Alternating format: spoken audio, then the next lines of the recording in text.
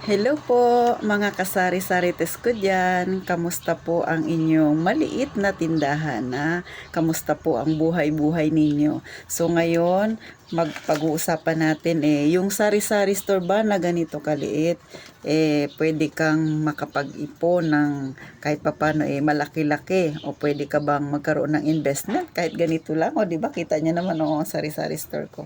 So pwede ba? Aba, syempre, oo. Pero pag-uusapan natin, hihimay-himay natin kung paano ba ginagawa, o di ba? O, ito ay tips ko sa inyo, at saka syempre sa mga taong nag-iisip na hindi ko pa naman kayang mag-invest sa mga lupa na yan kasi maliit pang aking sari-sari store, ang aking tubo. So ano ba ang pwede ninyong i-invest? So isa lang po muna ang aking ituturo sa inyo kasi ito pa lang yung aking na-experience, ha. So, nung ako po ay nagtatrabaho, mahilig na talaga akong mag-ipon ng ganito. Talagang nag-iipon ako. Minsan naghuhulog-hulugan pa ako nito kasi hindi ko pa talaga afford ang bumili ng biglaan kasi may kamahalan siya. Pero, nung ako ay nagnegosyo na para sa akin na medyo mas madali kasi syempre humahawak na akong pera tsaka mas malaki na yung kinikita ko kumpara noong nagtatrabaho pa ako. So, ano ba ito? Ako po ay mahilig mag-ipon ng alahas o ginto sa madaling salita. So, una kong inipon ay hikaw-hikaw muna. So, ngayon medyo marami na akong naipon kasi syempre medyo maliliit lang siya tsaka medyo mura-mura, mas madaling bilhin, o di ba? Saka dito sa amin sa Palawan, sa Puerto Princesa, legit po yung mga nabibilhan dito ng mga gold, hindi katulad sa hindi ko naman sa sinisiraan pero di ba sa inyo diyan sa Manila laganap talaga diyan yung mga tindahan na mga peke, ha? Kasi di ba napapanood nga natin doon sa iba, minsan sa FB, di ba? Dati ilan yung mga ganun mga naloko na akala nila legit na gold yung binibilhan nila, yung pala peke. So dito ay hindi, talagang marami kang mabibilhan dito na pawn shop na legit. At saka sa amin dito sa Palawan kilalang kilala ang Palawan Pawn Shop, talagang marami na silang branch dito.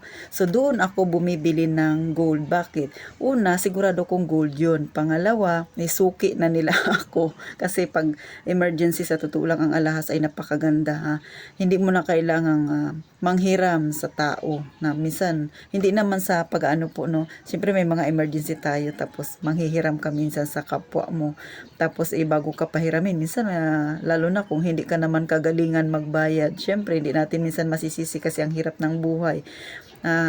Nahihindian ka, maliban sa hindi ka na napautang, makakarinig ka pa at makakatikim ka ng masasakit na salita, o di ba? Pero kumpara mo sa kung ikaw ay may alahas, mas madali po kasi dito ang Palawan Pawn Shop ay parang 2.7% or 3% lang ang tubo niya sa isang buwan. Pangalawa, kung ikaw naman ay may pera na inaasahan na mga 10 days lang, pwede mo rin siyang isanla within 10 days lang ayon sa kailangan mo. So, hindi ko siya pinopromote, ha. Ito ay base lamang sa experience ko na nakatulong ng malaki. So, ganun po. Nag-ipon ako ng gold. Sa totoo lang, ako, anong nagtatrabaho pa ako ay may naipon na. Yung mother ko kasi noon ay mahilig din talagang mag-ipon. So, sa kanya, sabi niya sa akin, nagandahan ako sa bracelet na yun. Sabi ko, magkano ba yan? That time, ang bracelet na yun na nagustuhan ko ay, siguro ang sanla niya ay nasa 11,000 ang sanla niya. So, sanla yun, ha. Tapos sabi ng mother ko, kasi ng mga panahon na yun, medyo mapera-pera pa ang mother ko. Sabi niya, sige, kasi nagtatrabaho ako sa Petron, gas tender ako, yung tagalagay ng gasolina sa mga sasakyan. Sabi niya, hindi ko naman afford na bumili ng biglaan, malaki yun. Kasi ang naabutan ko na minimum wage sa Petron noon ay 180, o di ba? Ano 'yon, 2007, o di ba? Dito sa amin sa Palawan 180 ang minimum. So, isipin niyo 180 araw-araw 'yun, babawasan mo pa ng pamasahe, pagkain pa, di ba, kakasya ba 'yun? So, hindi ko siya afford kasi ang presyo ng alahas na gusto ko noon kung isasanla mo 11,000. So, ibig sabihin mas mahal pa 'yun kapag binili mo ng bago. Pero sabi ko nga, hindi kami bumibili ng sabi talagang bago, kundi sa pawn shop kami kasi alam ko masigurado ako doon na tunay yung gold. So yun na. sabi ng nanay ko, sige hulug-hulugan mo. So, di siyempre tuwang-tuwa ako kasi huhulug-hulugan ko tapos sa kanya wala namang tubo, o 'di ba? Di masayang-masaya ako. Makalipas ang 10 taon, oh, 'di ba? Hindi man kasi ako noon marunong pa magsanla-sanla na yan. Basta ang alam ko lang nag-iipon ako ng gold kasi nga yung mother ko mahilig mag-ipon din. So makalipas ang 10 taon, natuto na akong magsanla. Oh, 'di ba? So alam niyo ba, yung bracelet na yun sa pagkalipas ng 10 taon kung magkano siya na isanla. Nung binili ko siya ang sanla niya ay 11,000 lang. Makalipas ang 10 taon, siya ay maisasanla na ng halos 25,000. O, diba? So, yung bracelet na yun ay hindi siya kagandahan yung itsura. Kaya, parang binili ko lang siya kasi out of curiosity lang at saka para lang may maipon ako. Tsaka hindi pa talaga ako ganun ka mabusisi sa mga alahas noon. Kaya, ang ginawa ko, isinanla ko siya. O, diba kitain nyo, 10 years, tumubo siya ng doble. O, diba? O, ganun ka po kaganda ang may alahas or ginto. So, hindi ka bibili dahil ipagmamayabang mo yun. Bibili ka dahil para sa future mo yun. Kung may gusto ka pang, okay, may in case of emergency. So, hindi ka lugi. Hindi siya bumababa, di ba? Ang presyo. Yung value niya ito mataas talaga. So, akalain nyo yun, ganun siya kalaki. So, ang ginawa ko, isinanla ko siya, sanla na wala ng tubusan. Ibinili ko siya ng mas malaking alahas. O, di ba? Yung mas malaking kwintas. O, so, ganun po ako nag-ipon. So, ganun yung naging style ko. Bakit nakakabili ako ng malaking alahas. So, noon kasi, ang kaya ko palang bilhin yung maliliit na alahas. Tapos, iniipon ko lang siya siguro mga worth 3,000 lang. Lilipas ang mga 2 taon, malaki na yung value niya. So, ang ginagawa ko, isasanla ko yun. Siyempre, mas malaki na. Tapos, may naipon akong konti. Ibibili ko ng mas malaking alahas. So, ganun. Kasi kung babasihan ko yung kakayanan ko, hindi ko kayang bumili ng mga malalaking alahas. Pero ganun po yung naging style ko. Bibili ako ng afford ko na alahas na maliliit. Tapos palilipasin ko ang ilang taon. Pagkalipas ng ilang taon, syempre mas malaki na yung value niya. Saka ko siya isasanla na wala ng tubusan. Syempre maghanap ako ng sanlaan na malaki yung appraise niya. Malaki yung kuha na. Tapos hindi ko na siya kukunin. Bagkos, ibibili ko yung napagsanlaan ng mas malaking alahas at saka dadagdagan ko na lang ng kaunti kong ipon. So, ganun po. Kaya ngayon, malalaki yung alahas ko. Hindi po ito pagmamayabang. Ito po ay sinishare ko sa inyo kung paano ako nagkaroon ng mga alahas na malalaki. Hindi ko naman kaya talaga o afford na bumili ng malalaki. Pero yun yung naging way ko. Bibili ng maliit, tapos ilang taon bago ko siya ulit isasanla. Siyempre, mas malaki na yung value niya. Pero dadagdagan ko na lang siya ng kaunti. O, ganun po. So, ngayon, medyo malalaki na yung mga alahas na naipon ko. Ayoko na rin siyang ibenta kasi malaki na yung value niya. Hindi ko na rin kayang bumili. So, ganun pa rin yung way ko. Paano ako makakabili ng malaking alahas. Mag-uumpisa ako doon sa maliit. O, diba? Tapos, bibenta ko lang siya. Tumubo din ako doon. So, ganun po ako mag-invest mga kasari. Kaya, ang aking tindahan na kahit na maliit lang, yun po ang investment ko, alahas. Bumibili ako ng paisa-isa, lalo na yung hikaw, mas madali siyang bilhin kasi mas maliit siya, o kaya sing-sing, ganun po. Kayo po, kaya nyo rin yan. Ako, sinishare ko sa inyo yung style ko. Then, yung sa mother ko naman, paano ba nakakatulong yung alahas? Ang mother ko ay mahilig talagang magbili-bili noon kasi medyo bata-bata pa siya. Medyo may pera-pera pa kami. Ngayon, nung medyo nagkakaedad na sila ng father ko, syempre doon naubos yung kanyang ipon. Kasi nga, may maintenance na silang dalawa. Syempre, pagka nagkakaedad ka na, nagkakaroon na talaga ng maintenance. May mga sakit-sakit ka nang nararamdaman. So, ganun po. Yung mga alahas niya na noon niya nabili, ngayon naisanla niya. Malaki ang naitulong nun, lalo na yung sa pagpapaopera niya sa mata niya. So, lahat po talaga ng alahas niya, inasanla niya. Sad to say, hindi niya na natubos yun. Kasi nga, medyo malaki yung nagastos sa mata. Magkano lang naman yung aakuin ng PhilHealth doon? Kahit pa 10 taong ka naghuhulog sa PhilHealth, kahit hindi mo yan nagamit. Pagdating ng panahon na kailangan mo, maliit lang pa rin ang maibibigay sa'yo ng PhilHealth. So, hindi ko naman kayo sa dinidiscourage siya. Pero ito ay personal na experience ng mother ko. Kahit sa akin naman, ilang taon akong naguhulog sa PhilHealth nung nagtatrabaho ako. Pero never kong nagamit yun. Ngayon na, wala na akong PhilHealth. Na-stop na ako. SSS na lang yung tinutuloy ko. Wala rin yung pera mo. Wala din, di ba? Hindi katulad ng SSS. Maghulog ka ng malaki pagtanda mo, aanihin mo yun. Di ba? Kahit sa pag-ibig, ganun din, aanihin mo yun. Pero yung PhilHealth, wala. Kasi sino ba naman yung mag-iisip na gusto mong magkasakit, di ba? Hindi na rin ako naman magagamit yun na mga nganak, wala man ako asawa. Joke lang ha, pinapatawa ko kayo, pero totoo po yun. Hindi ko na yun magagamit kasi wala naman akong asawa, hindi na ako magbubuntis. Ganun po. So mahalaga po na may investment tayo kasi sa darating na mga emergencies, darating na panahon katulad ng sa mother ko, 'di ba? Malaking tulong 'yun. Nabili niya ng medyo mababang presyo nung kailangan niya, tumubo pa siya. Yun nga lang, nagamit niya nung emergency sa kanyang mata nung pagpapaopera. Tapos ngayon nag-uumpisa ulit siyang mag-ipon. So ako nakita ko yun sa mother ko. So ginagaya ko. Kaya ngayon nag-iipon ako paunti-unti. Mas mahilig talaga ako mag-ipon sa hikaw. So ilang hikaw yan ang meron ako, mga 6 siguro. Tapos sing-sing. Tapos kwintas. Yung kwintas medyo mahirap ipunin kasi ang gusto ko kasi yung medyo malalaki. Hindi dahil para ipagmayabang ko. Ang totoo yan, itinatago ko yung alahas ko. Minsan sinusuot ko. Minsan dito lang din sa tindahan sinusuot ko. Pero pag yung lalabas delikado ha. Pero sa totoo lang yung Palawan, hindi pa naman kagaya ng sa Maynila na magsusuot ka, hahablutin ka o kaya gigilitan ka, di ba? Dito sa amin malaya ka pang makakapagsuot noon. Ako minsan sinusuot ko yun. Pero syempre, pili sa lugar. Pag pupunta ka ng mall, okay yun. Hindi pa kasi siya ganun ka moderno gaya ng sa Manila, kaya marami rin ang mga medyo hindi kagandahan ng asal. Pero sa amin dito, okay pa po. Wag lang sa gabi. Kasi sa totoo lang, takaw pansin talaga pag ang suot-suot mo alas, malalaki tapos lalakad-lakad ka dyan. Diba? Pero syempre, hindi yun pang-iinggit. Pero sa akin ganun ang ginagawa ko. Bihira ko lang siyang suotin. Kapag may pag-type ko lang, ganun. Minsan bihira naman kasi akong gumala, mamasyal. Kadalasan ang mundo ko nandito na talaga sa tindahan ko. So bihira ko lang siyang suotin. So pero tinatago ko siya kasi alam ko darating ang panahon na magiging kailangan ko siya. Pero maganda po ang investment na alahas kasi hindi siya bumababa habang tumataas, lumalaki, tumataas ang value niya sa totoo lang kaysa mag-ipon ka ng pera sa bangko. Pero hindi ko rin kayo sinasabing wag mag-ipon. Ako nga may ipon din kahit pa kunti-kunti. Pero ako, pagka medyo malaki ng ipon ko, ibinibili ko ng alahas, di ba? Kasi ba, ewan ko ba itong mata ko, di ba? Pag nakakakita ako ng alahas, talagang nagniningning ang aking mga mata pag alahas. So, pero yun ang bisyo ko sa totoo lang. Wala po akong bisyo na yung umiinom, mananinigarilyo, wala ako noon. Ang bisyo ko lang talaga ay bumili ng alahas kasi for the future yun. Tsaka, iniisip ko rin pagka bigla akong nawala, mayroon akong maiiwan sa anak ko, 'di ba? Ganun naman tayong mga nanay, 'di ba?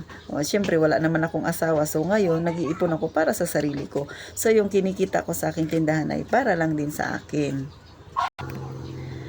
So, hindi ko po sa ipinagmamalaki yung mga ganong bagay, no? Kasi syempre, yung mga ganyang bagay ay panlupa lang. Pero, syempre, kailangan pa rin natin sa darating na panahon. Pero emergency lang naman. So, hindi ako bumibili para lang ipagmayabang.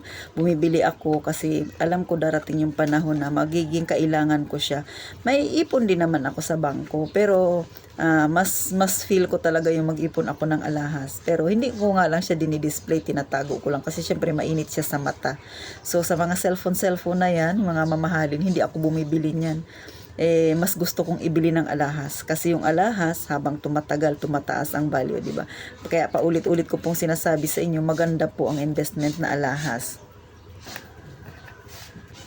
So, sa kagaya ko po na may tindahan at hindi pa afford na mag-invest ng mga lupa na yan, ng malalaking mga kung ano-ano dyan, sa akin, ang may papayo ko pa lang alahas muna kasi mas madali siyang bilihin. Sa totoo lang, yung pawn shop dito may tinatawag na layaway. Pero syempre, kung hindi mo kaya, kasi nga syempre tumutubo siya, di ba?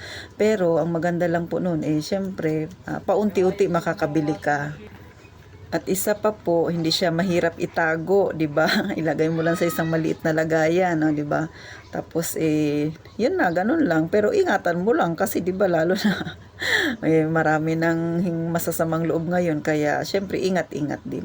Pero yun nga, yun pa lang yung kaya kong i-invest. Pero sa lupa naman po ako'y may lupa na rin. Kaya yun din yung isa sa pinag-iipunan ko bakit ako naghuhulog sa bangko kasi gusto ko siyang patayuan ng boarding house pagdating ng tamang panahon, o di ba? Syempre may iwan ko din yan sa anak ko kung sakali, di ba? So ako kasi ang iniisip ko panay sa anak ko kasi nag-iisa lang yung anak ko. Although binata na yung anak ko siya ay 22 years old na. Pero syempre, wala naman ako mapag-iiwanan yan pag dumating yung takdang panahon ko, 'di ba? Kaya ngayon pa lang nag-iipon ako, tsaka para rin sa akin. Hindi natin masasabi kung ngayon hindi mo masabi na malakas ka ngayon, sa susunod na araw magkakasakit ka. Walang makakapagsabi ng magiging pangangatawan natin, 'di ba? Kaya pinaghahandaan.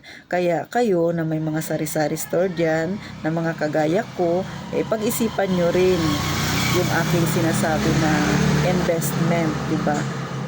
Syempre, medyo mahal din ang gold pero paunti-unti kaya naman. Mag-ipon na muna dahan-dahan. Pagka medyo na malaki na ang ipon nyo, pwede nyo siyang syempre bilhin. Pero syempre, unahin nyo muna makapag-ipon kayo kahit pa konti-konti sa bank para emergency din. Pero kasi yung alahas, magagamit nyo rin sa emergency. Kaya lang, siguro mga 1 year pa yan bago tataas ang value.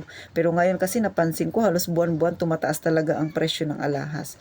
So, sa ngayon, doon na muna ako sa mga maliliit na alahas tapos kino-convert ko siya ng malaki pagkalipas ng ilang taon. So ganun yung aking style. So sa mother ko, nakunan ko ng base, malaking tulong po ito. Hindi ko lang alam sa inyo mga kasari kung ganyan din ba kayo. Ito ay sinishare ko lang ha. Yung iba kong alahas, nakuha ko lang yan dito sa aking tindahan, sa maliit na tindahan ko. So yan ang aking remembrance sa aking tindahan. Maganda po talaga kasi pag wala kang bisyo, ikaw ay negosyante at wala kang bisyo. So, kasi nga makakapag-ipon ka talaga.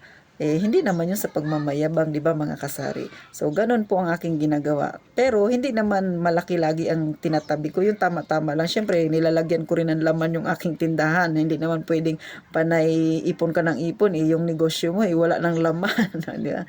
So, dapat balance lang din, ha? Huwag din masyadong magmadali. So, ako ganun. Hindi naman ako nagmamadali. Parang normal lang, ganyan. Kung ano lang yun nandyan. Tsaka hindi rin ako mapili sa ulam kasi yung aking lifestyle kung ano ako noon, ganun pa rin hanggang ngayon. Bagamat may nagbago na sa aking buhay dahil ako ay may negosyo na, hindi ko binabago kung ano yung nakasanayan ko noon. So mahilig pa rin ako sa mga gulay-gulay na yan. Sa backyard namin meron kaming taniman na ganyan. So hindi ako masyadong bumibili kaya bawas gastos yun. So kayo mga kasari, pwede nyo rin gawin yun, di ba? Bawas kayo. Yung kung medyo umangat man ang buhay natin, doon pa rin kayo sa dating nakasanayan ninyo na healthy lifestyle pero matipid.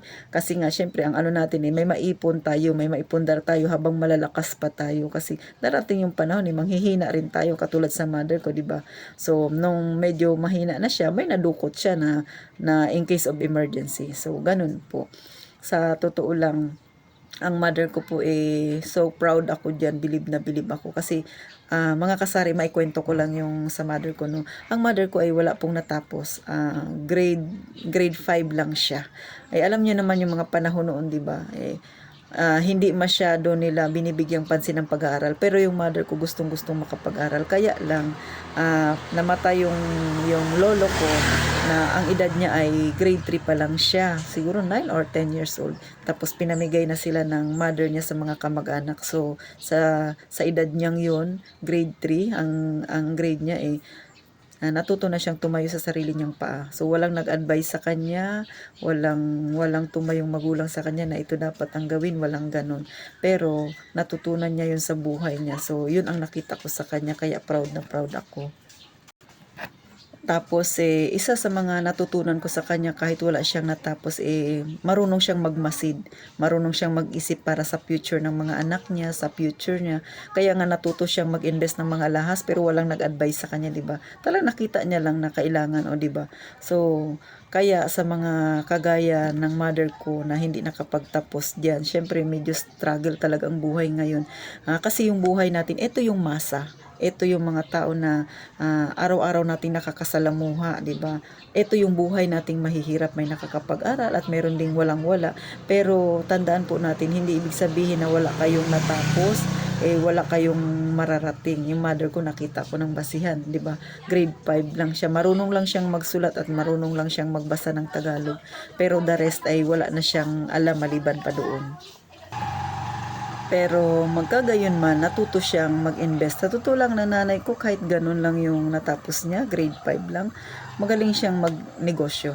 Kaya dyan ko rin sa kanya nakuha yung mag-business ng mga malilit na noon. Nagtindahan siya noon. Lahat na halos ng trabaho ng pagninegosyo halos na napasukan niya na, nagawa niya na. So, syempre, ano ba mapapasukan ng grade 5 ang natapos, di ba? Ano ba ang pwede niyang applyan na trabaho? Kaya mother ko nagsumikap talaga, nagkaroon siya ng tindahan na sarili niya lang.